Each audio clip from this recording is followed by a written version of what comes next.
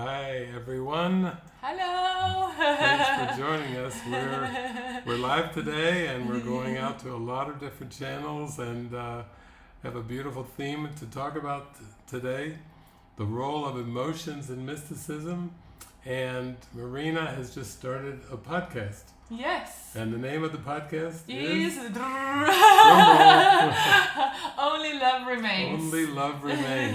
Okay, here we go. This is episode 2 of Only Love Remains, and you can go down to the description and look for the link. Yes, with all of the other episodes. So far we have one that we recorded with Anna, where we share all of our miracles and adventures in Spain the last 2 months. Yeah. There's a lot. Yes, I don't think we covered them all, but no, it's mysticism. That's what we're doing here.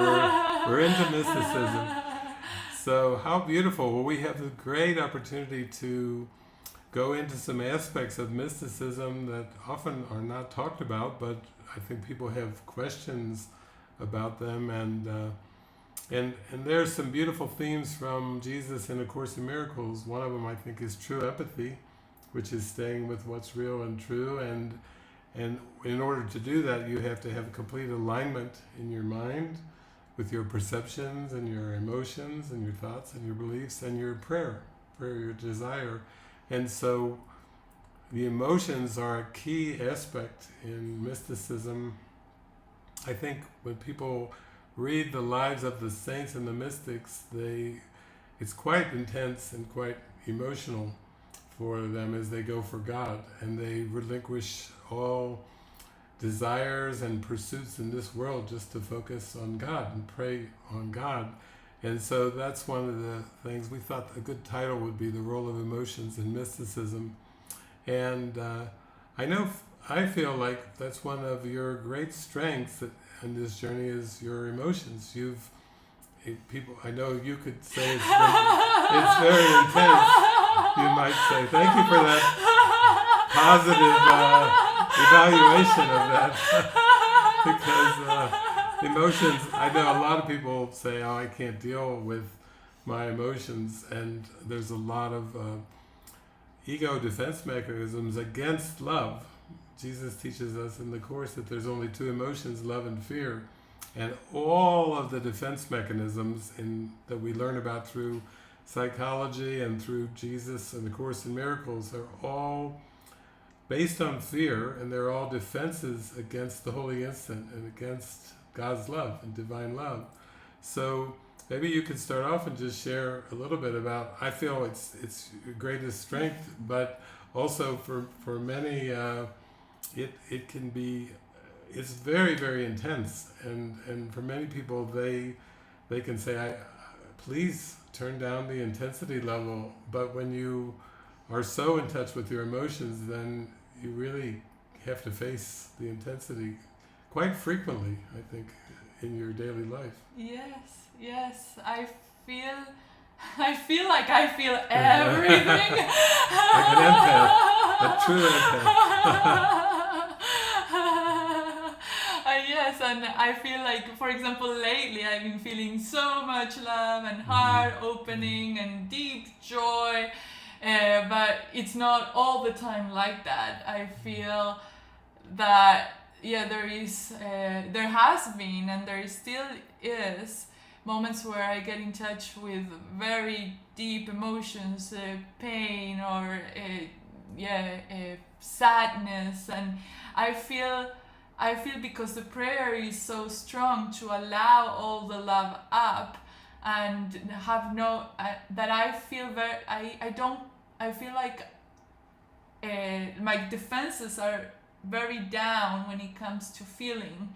Like if something touches me, I feel instead of putting a guard up or protecting myself or like smiling like I'm okay, but inside I'm hurting, I feel like I really allow myself to feel the hurt, to feel the pain, to feel the sadness, and allow it all out as it needs to come. And I feel like I have been giving myself permission to feel, even when the ego says, oh, this is not a good time, this is not a good setting, or it's just okay, this is the way that I'm feeling right now, and I just want to be as authentic as I can possibly be, because it's that through that authenticity that I can really go through a real spiritual transformation. Instead of just saying the words, by allowing myself to feel, I can really see the change in my perception, and I can actually feel different, feel the joy from within my heart. And even yesterday, we did a service with Helena, a church service, and just before the service, and I was so joyful in the service, but just before the service, I actually had allowed a lot of emotions with Helena, because I arrived at La Casa, and we sat down, and then it felt like they were doing testing sound, and in my mind everything felt like a lot of sound and sharp. It felt sharp, something felt sharp in the environment, and I said, I feel like I need to go right now, and I'll wait until you're done with the sound testing.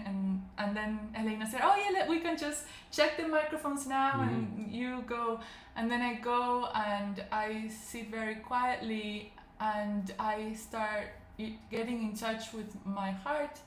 And there comes Helena, and she looks at me and she says, how are you feeling? And then I just started crying, and I said, I actually feel a lot of emotion right now, because I feel like I have these words came.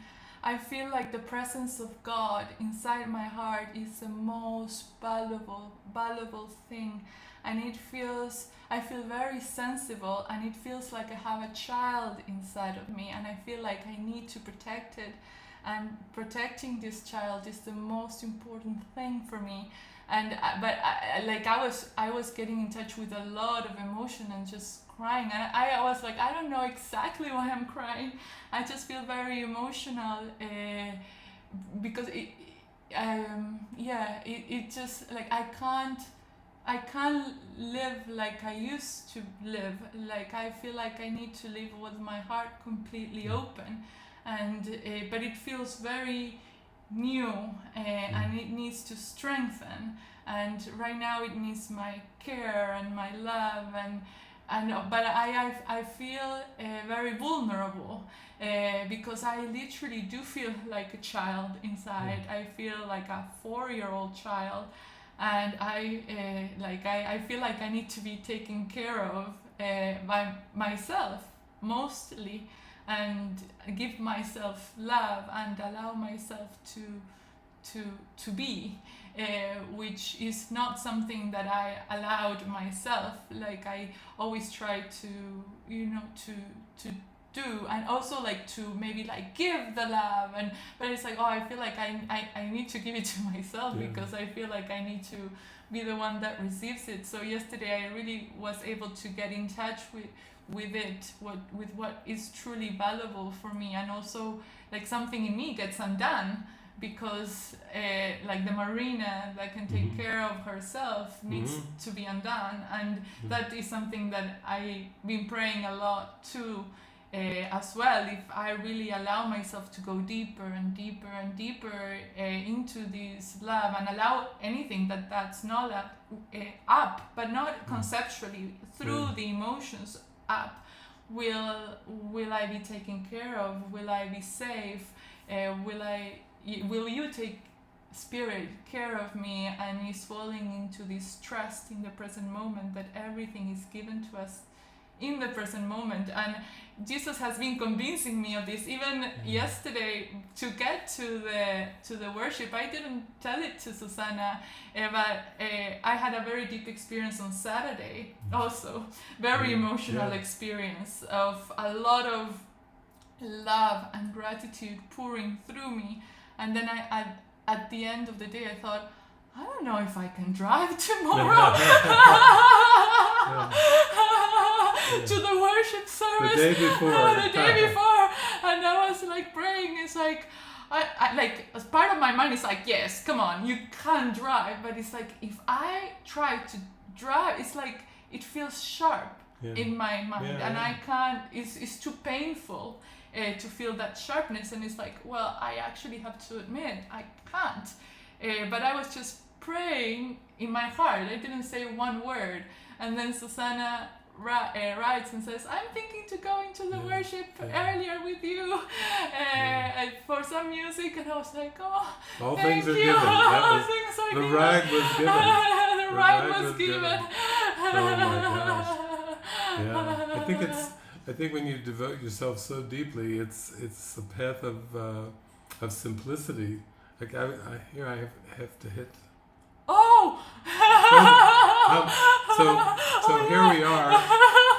We started with the intention to record, and the thing that's funny about it is I remembered one button, which was the go live. That's about as far.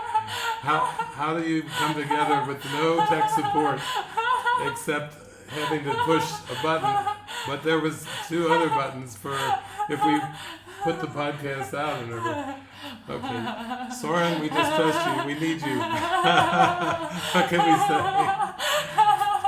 But that's a good example right there, because at some point as we're talking, I'm just like, something needs to happen here, and it's all perfect because it always is perfect. But it just seems that when you devote your mind solely to God, and you go very deep with that, and you use your emotions like you're talking about as your barometer, it becomes a very simple practice of when I'm in joy, everything's flowing, and then if not, then there's a prayer. There's a very deep prayer to connect with and remember that joy, to come back into alignment with that, even with technology or car rides or anything. So to me that's very practical, but it does require like letting go of the past. So the thoughts of the David or the Marina, thoughts of technology, things that we've done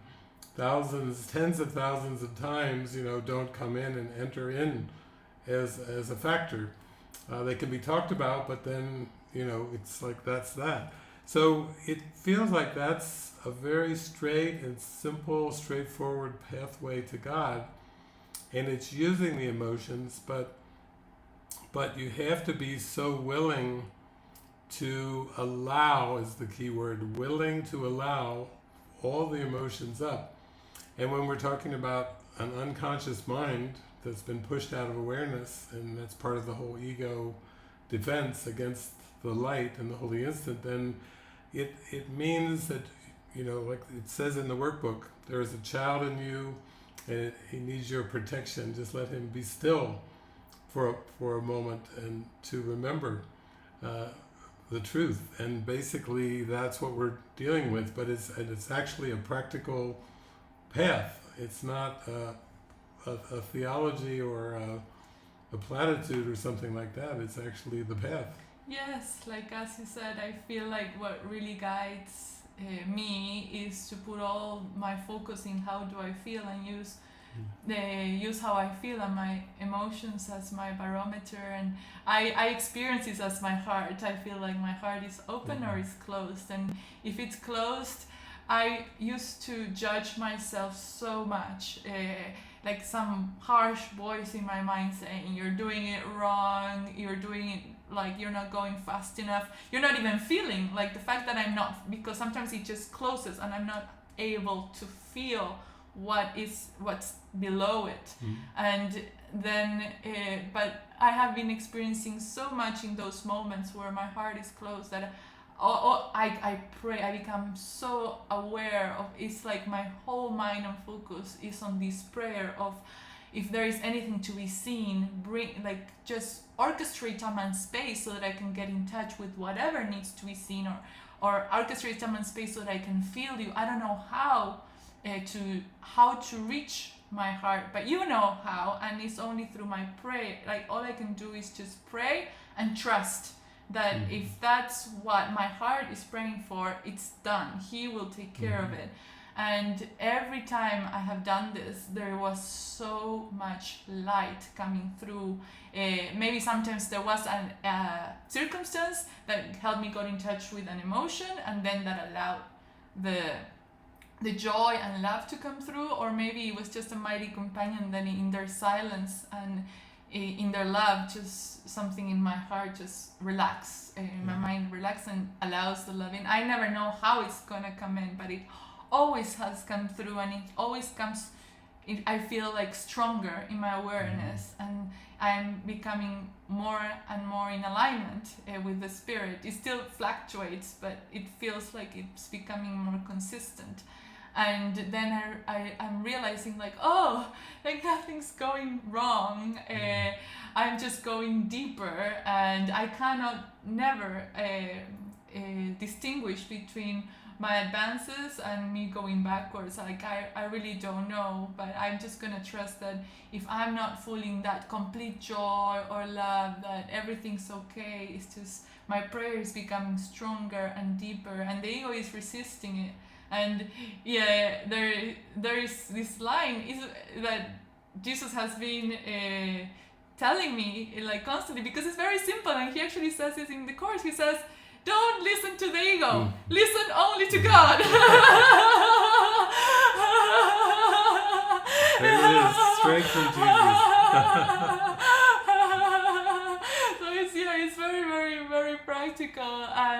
But yeah, it's so deep, because I have to let go how things look in the world, or trying to achieve an outcome in the world. Because when you're so emotional, yes, if I try to make it about something, about a presentation, about Marina, a spiritual Marina, like then that blocks me from going deep. But then if I really show myself, I really show my emotions in each moment, then like I'm not like the whole concept of a spiritual teacher or a spiritual person just falls away, because it just this deep prayer of showing myself so transparently and fully, like very authentically, as much as I can in each moment, and that will take me straight to God, and that is the most important thing. And then everything else can disappear in that love, and realizing that the one gold is the peace of God, is the love of God, and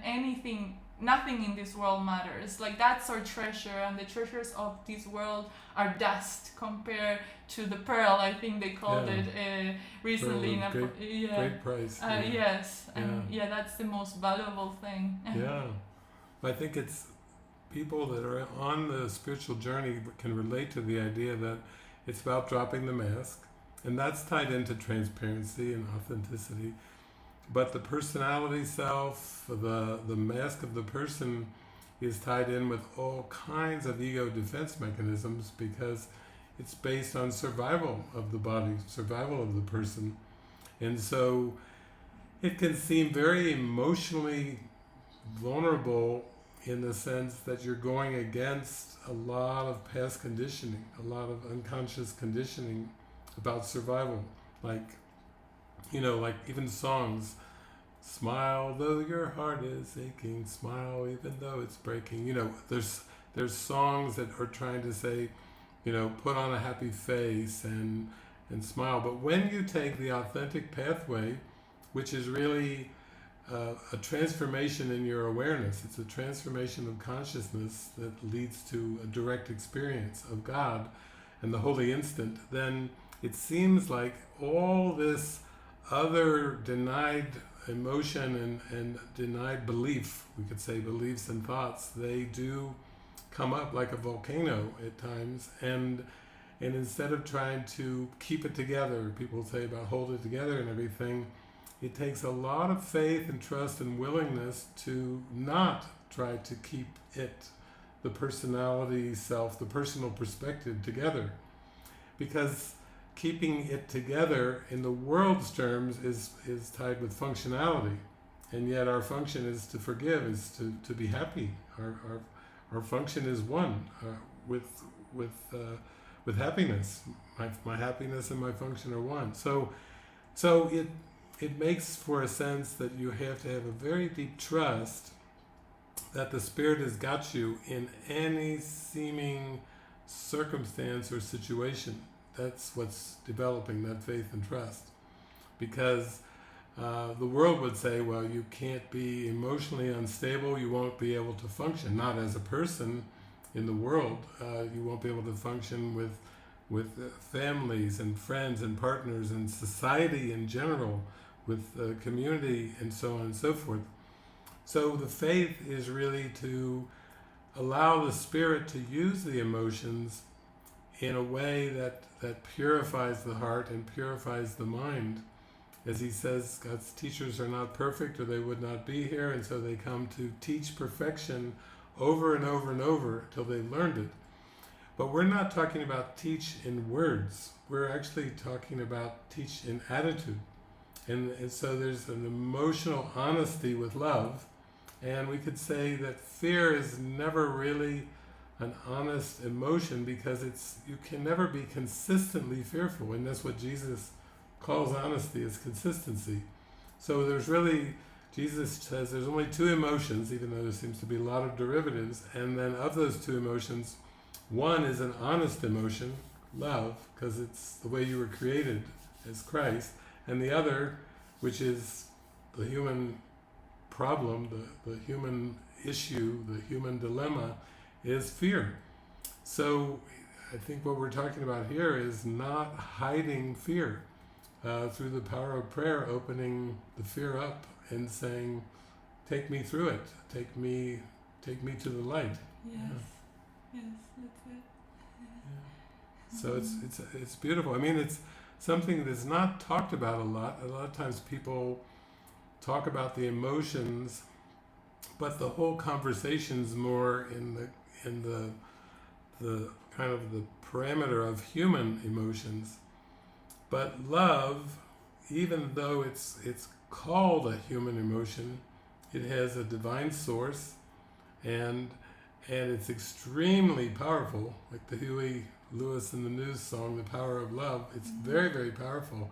But as you go back inward and you start to approach that, then everything that you thought you knew before or believed in seems to be dismantled. It just seems to be taken apart. Yes, and there is beauty in that. Yeah.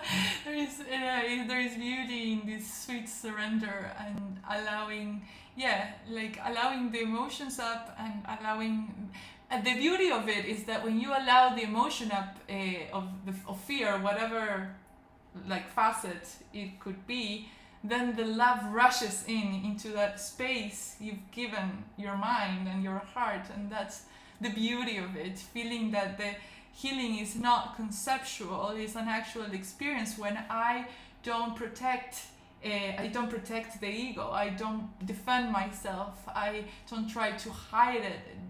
Jesus is like, you don't have to make yourself holy, just don't hide anything from me. Just give me what it hurts, but not as a thing I say in my mind, as a deep prayer in my heart, like, take this from me.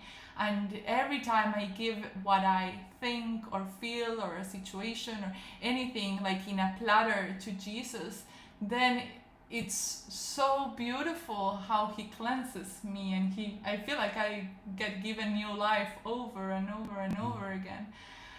But it's so deep, and this I feel like the prayer is so deep, and I have also been praying, like, when I get in touch with this love, like, how can I truly share it? Because my deepest prayer is for not me personally feeling the love, but the love lighting up the whole world, and everyone is in it with me. All the witnesses come here with me, and it's like I pray that we all feel the full glory of God's love, because when any of us opens up to the love, we all go together into it.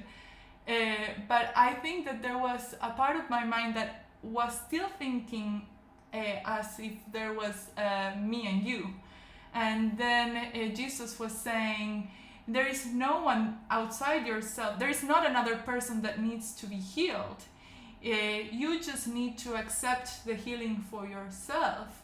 And when you accept the healing for yourself, then the seeming other is able to receive the fruits of the healing, of the love and the joy that comes with you. But then he said, like, it just requires one moment where you love without fear. And in that, but you have to be able to love without fear for it to be accepted in your mind and therefore give it. Because if there is fear in your mind and you try to heal, then that's the unhealed healer, and you cannot help anyone and not yourself on that level. So your only responsibility is to allow the healing for yourself. And I feel like I do it through feeling all of the emotions, and then through that healing, all the miracles come through my mind, and it feels like it leads up the whole world.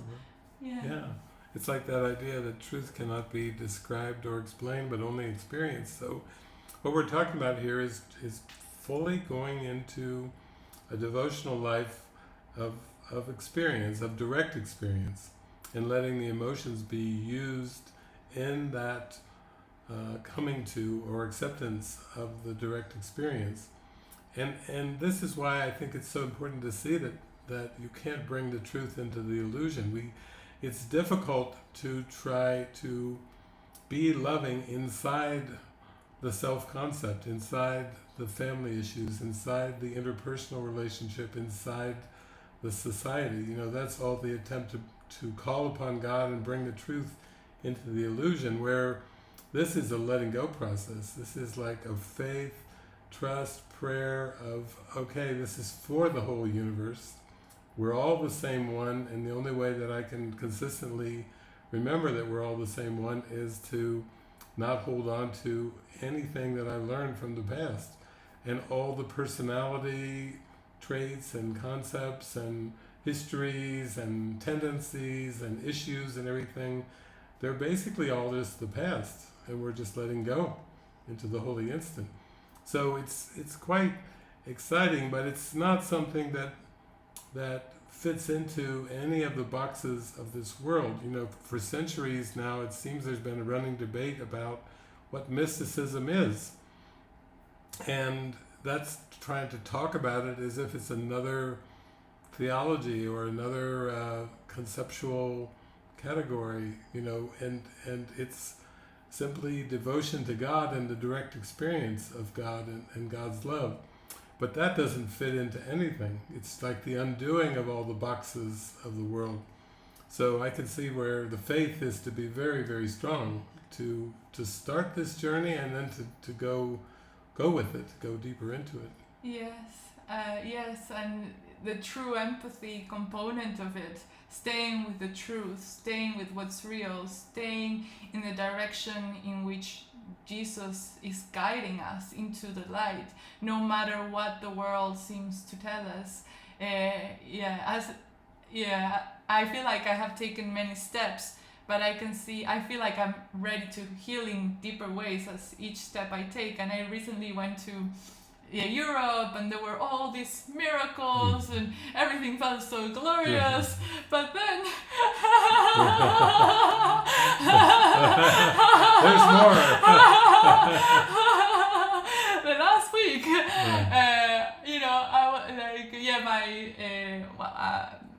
my cousin says, I would love to see you, and I felt it in the moment, and that day was so miraculous, time and space being reconfigured, everything given.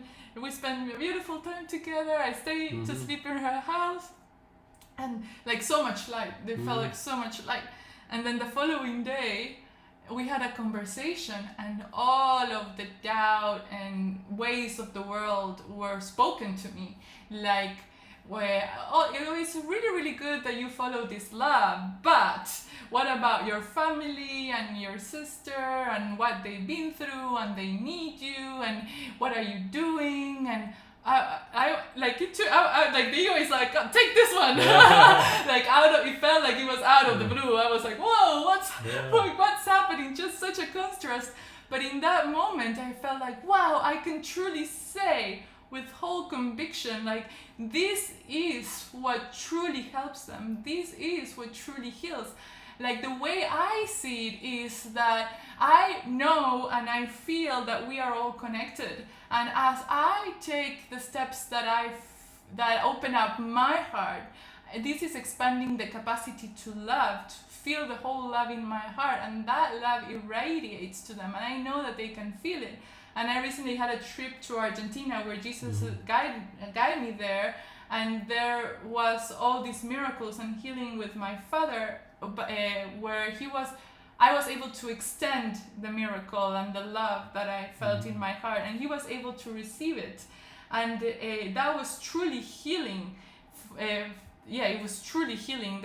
The whole situation and perception seemed to shift so radically because he was diagnosed with cancer, and at the beginning of the week it started as a seeming problem. Like he said to me, well, I had just been diagnosed with cancer 2 days ago and I had just arrived, so I thought in my heart, like, wow, like this is so perfectly divinely orchestrated, and I was feeling overtaken by gratitude to be there in that moment. And my father started with this is really bad luck, just that I've been diagnosed with cancer, and just all of the love that I felt in my heart and how deep I had gone, I opened up the question, what if it's not bad luck? And he said, if it's not bad luck, what does that even mean? And I didn't answer. I just said, Dad, I love you so much. But throughout the whole week, we started having these deep conversations. And then he started opening up to the idea that he has the strength of God inside of himself. And that would be able to lift him up and take him through all of the steps that were given him. And he was able to I was fully able to give that idea, and he was able to receive it. And the whole situation, like he still had to go through surgery and steps, but he was shining. There was so much light beaming out of him, and I was like, oh wow, this is so beautiful, this is so glorious. Like when I healed, I'm not healed alone, and this is the gift that I can really give to everyone that I think of. And so I said that to my cousin, and then she went quietly and went away, and then it was like, oh yeah, like this is very different to the ways of the world. Like this is like truly going fully into our calling, and then trust, like fully trust that all aspects are taken care of, whether it's anyone that I think of or if it's anything that has to do with my body, while I still believe in it, trusting that he will take care of it. Like those are second order concerns, and I don't need to think about them. We just, I think during the movie we watched yesterday, the idea of two worlds came up. Ricky's song, These Two Worlds Are Driving Me Crazy. It's like there's the personal perspective, which is the egoic filter, which is what everyone assumes is everyday consciousness, even though it's a world based on fragmentation and perceptual distortions and lack and limitation. And then there's the spirit's perspective, which is another world. It's a happy dream. It's a higher perspective for everything. And the belief that there are two different worlds and you can vacillate even between them is very intense and frustrating. And we could say that the emotions just mirror the attempt to vacillate between two different worlds. One is a reflection of God's love and of forgiveness, and the other is as an egoic world of people, places, things, situations. It's what's accepted as reality, but it's not reality at all. So yeah, that's amazing. And then you go along in the flow, and then your interaction with your cousin and your interaction with your father in Argentina, you really get carried back and lifted up to what you're really praying for, which is to see the world differently, see the world with the Holy Spirit. So wow, that's very much just like, okay, I'm just going to pray, and I'm just going to trust that everything is coming for my good, from my higher perspective. Yes, and this the prayer to be shown that I will be completely taken care of, and I have been praying on that very deeply. Yes. And I had a recent experience because I feel like I carry that prayer in my heart, and I went to sleep, and I remember I was walking in my room in the dream, and then I started feeling all this love come through my heart, and the thought come, if I allow this love in, will you take care of me? And then I heard the voice, trust me. And then I felt like I went into this deep experience of basking in God's love and feeling all this beautiful gratitude, as if I was floating in outer space, just so beautiful. And then I wake up in the dream, and then I'm lying safely in my bed. And then I said, oh, thank you. You always take care of me. And then I wake up in what seems to be this dream. And then I said, I was like a little bit, like, was that a dream? And like kind of state of mind, like what is happening? And then I heard the love was real. And then later on the day, I open up the course, and he says, you are at home with God, dreaming of exile, but perfectly capable of waking up. And then he says, is it your decision to do so? And then he says, when you are dreaming, you think that is what's real, even though when you wake up, you realize that like none of it happened. And even though what seemed to happen in the dream goes in against the laws you had built for this world, but you don't say like, oh, when you wake up, you completely discard it as, oh, that was a dream. And then the same thing is when you are dreaming with your eyes open, and then it's like when you fully wake up, you don't ask yourself like did that happen or not. You completely dismiss it as like, oh, that was a dream, it was not real.